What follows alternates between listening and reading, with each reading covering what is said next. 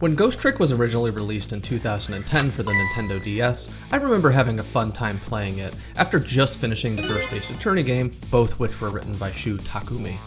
In 2023, a remastered, high-definition version of Ghost Trick released for the Nintendo Switch, PlayStation 4, Xbox One, and Windows.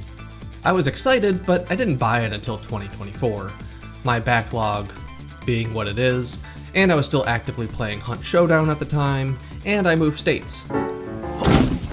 But in April, I finally booted it up, and I had a blast, just like I did all those years back on the DS. But it did leave me wanting a more robust experience. While most aspects of the game held up great, other aspects were either too simple or left me wanting more.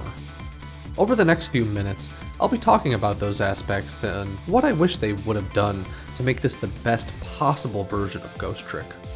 If you haven't played Ghost Trick yet, I'd advise you come back to this video once you have. You'll likely have a good time, and you might agree with me.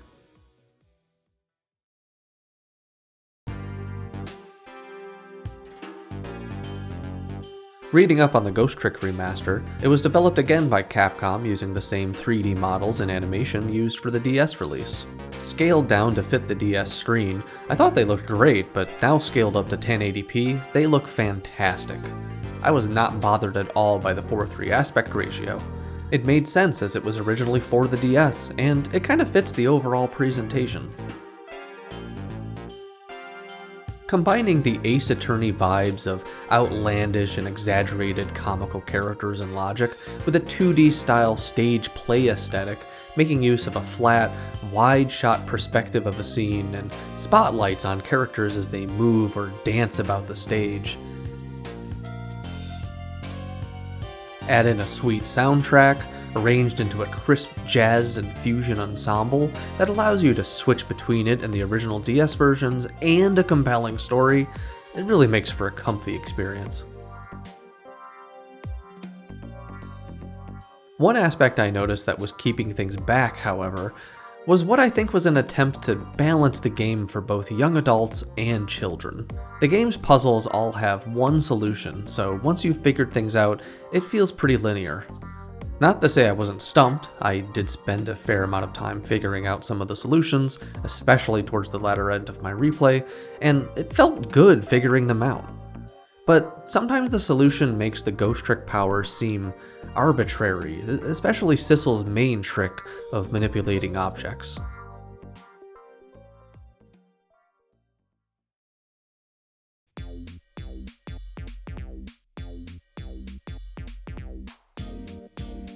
The Chicken Kitchen chapter, where you stop a detective's van from smashing into the building, was one of the best puzzles in the game in my opinion, and I think it illustrates both the positives and negatives of the game's design. The chapter starts simply enough. You roll Cicero over to find both the van driver, Detective Ringe, and Lynn dead.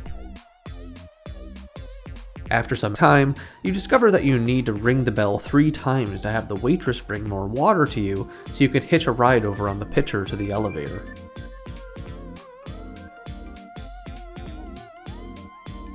After some more exposition from our blue-skinned conspirators Beauty and Dandy, especially that Beauty can sense the presence of an eavesdropper, we get a fate change as they change seats.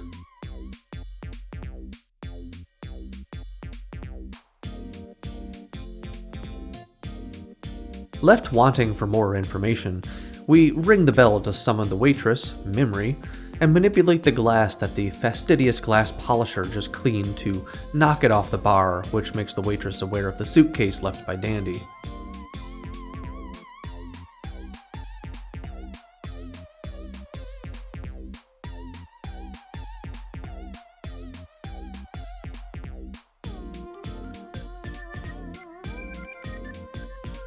Another fate change, more exposition, and once again, Beauty senses, or rather sees, that they are still being spied on.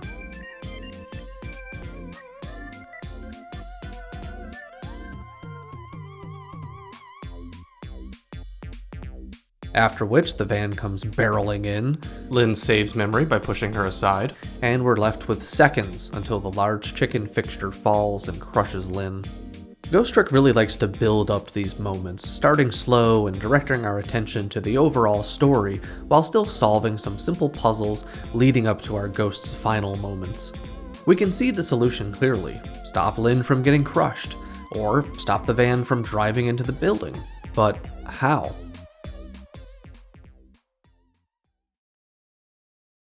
Finding that we are unable to save Lynn at this moment, we do see that we're able to connect with Detective Ringe's core. Unconscious, Sissel rewinds time and we're in Temsick Park, watching Detective Ringe watch the Chicken Kitchen, or Point X, through binoculars.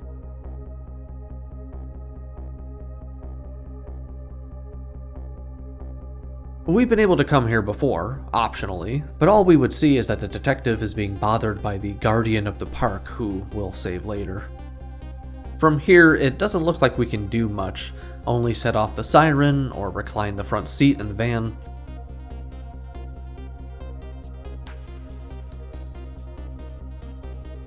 The detective will get a phone call at one point, and we can get there through the binoculars that he throws into the back seat if we recline the seat to move the binoculars up to the front and then set off the siren at the right time. It's not obvious the first time around, and you don't really get that much time to set things up, so you'll likely miss it.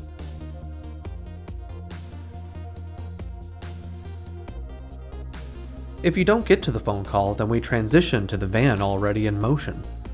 The detective, overhearing the conversation between Beauty and Dandy, will be knocked unconscious by Beauty popping the microphone with a lighter, causing him to crash.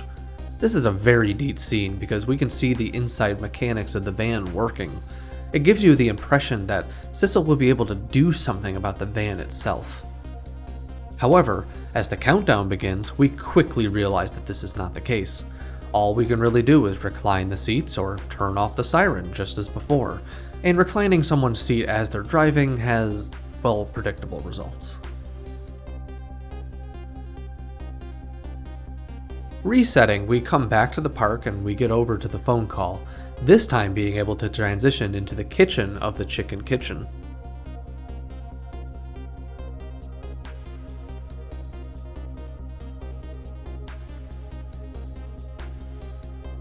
The van scene does give us a clue about what's causing the van to crash into the building, Beauty popping the microphone, and if you missed it, the game will give you optional dialogue to spell it out for you.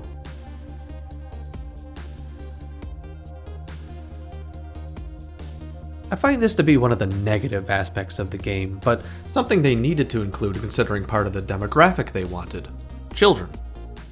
I first started thinking about doing something like Ghost Trick right after I finished the third Ace Attorney game in Japan, which was back in 2004. Originally, I had this character and he was going to be a ghost, and he was going to be able to do almost anything you wanted.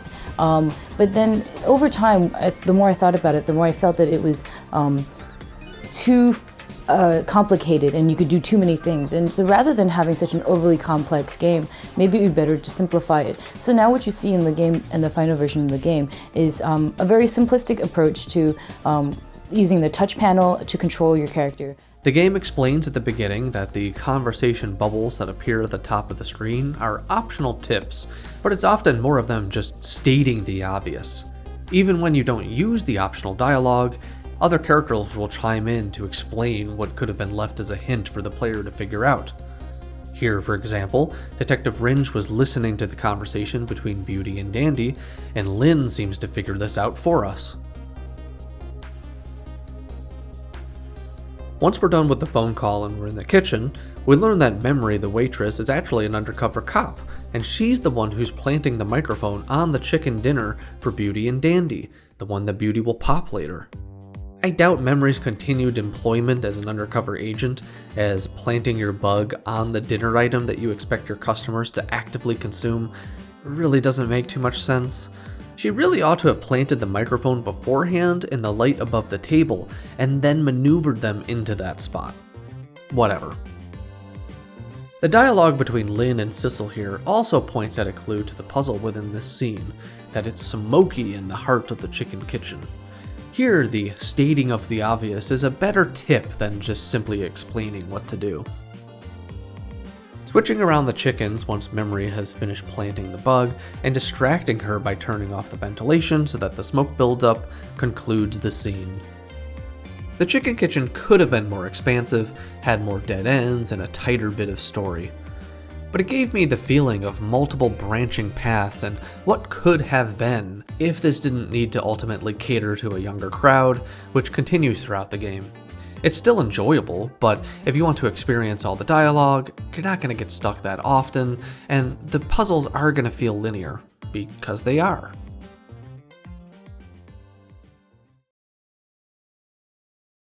What really would have pulled the game into a top-tier experience is if Capcom somehow found the funding and care to fully voice act the game. While the dialogue is enjoyable, if there had been voice acting throughout, even just in Japanese, I think that would have really elevated everything. Not only would that have made it more accessible to people generally, streamers wouldn't feel the need to read out the entire game, for example, I think it would have also brought some other characters to life. Campanella especially, I think, would have benefited from a talented voice actor, baby. But that is a lot to ask for.